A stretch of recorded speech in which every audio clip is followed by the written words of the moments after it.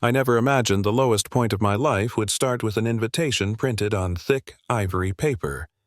Gold lettering, expensive envelope, the kind of thing you're supposed to feel honored to receive. Instead, my hands shook when I read it because it wasn't just an invitation. It was a reminder of who I used to be to him, and who I had become without him. My name isn't important anymore. What matters is the role I played. I was the woman people don't remember when the success story gets told. The one behind the scenes. The one who believed before there was proof, and for a long time that was enough for me. I met him back when he was broke angry at the world living off instant noodles and borrowed couches.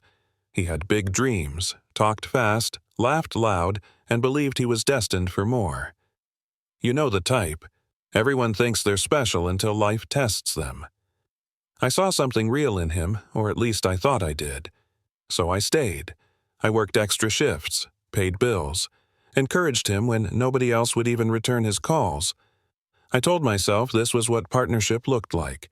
You lift each other up. You don't keep score. When his business finally took off, when his name started appearing in articles and people began shaking his hand with both of theirs, he changed. Not overnight. Slowly. Subtly. Like a crack in glass you don't notice until it spreads.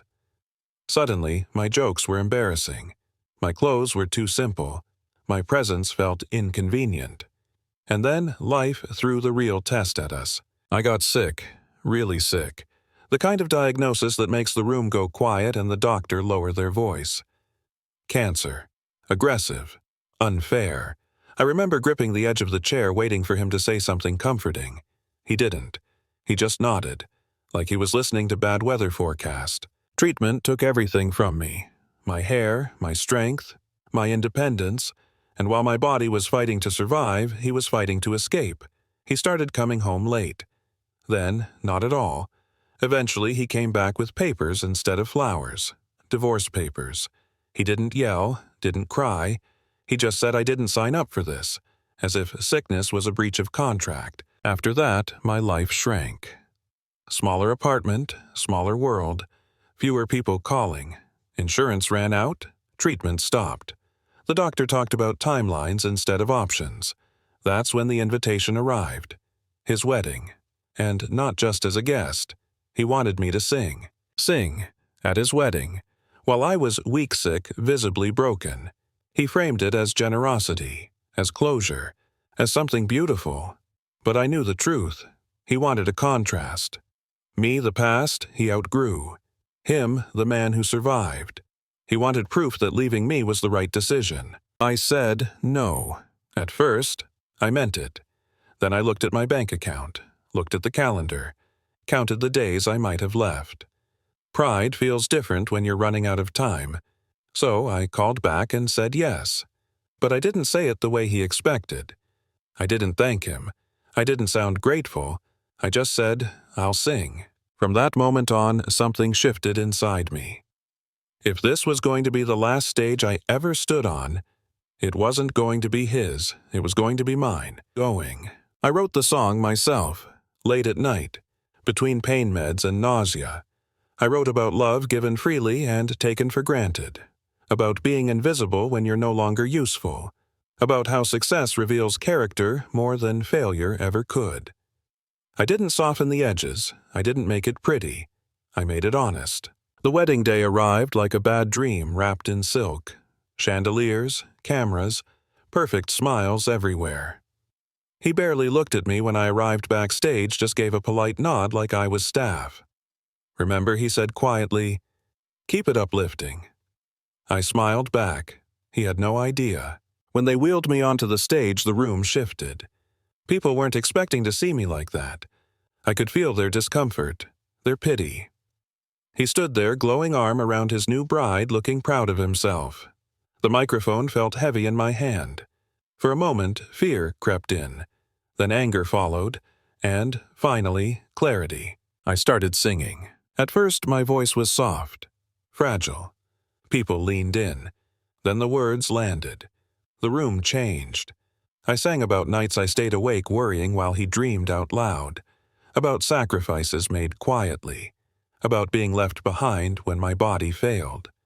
I sang about signing divorce papers in a hospital room, about how love shouldn't disappear when things get hard. I didn't look away from him, not once. His smile faded. His posture stiffened. His new wife turned to him confused. Guests stopped eating. Phones came out. You could feel it, the moment when entertainment turns into truth. By the final chorus, I wasn't shaking anymore. I wasn't afraid. I was free. The last note hung in the air like a question nobody wanted to answer. Silence. Then someone started crying. Then clapping. Slowly at first, then louder. His bride stood up. She walked toward me and knelt right there in her wedding dress and whispered, "I didn't know." And I believed her. She took the microphone and ended the wedding. Just like that. Said she couldn't marry a man capable of that kind of cruelty. People gasped. He tried to speak. Nobody listened. What happened next didn't feel real. Donations. Doctors offering help. Strangers promising support. Everything he planned to use to elevate himself became the thing that exposed him. By the end of the night, my song was everywhere, and for the first time in a long time, people saw me. Not as a burden, not as a prop, as a person. Treatment resumed. Better doctors, better options. Time passed, and against every expectation my body responded. Slowly, then dramatically. Tumors shrank. Strength returned. One scan turned into another, until one day the doctor smiled and said the words I never thought I'd hear. There's no evidence of disease. I didn't win because he lost. I won because I stopped staying quiet. He lost his reputation, his business, the image he worked so hard to protect. He tried to apologize later, wrote letters, asked for forgiveness.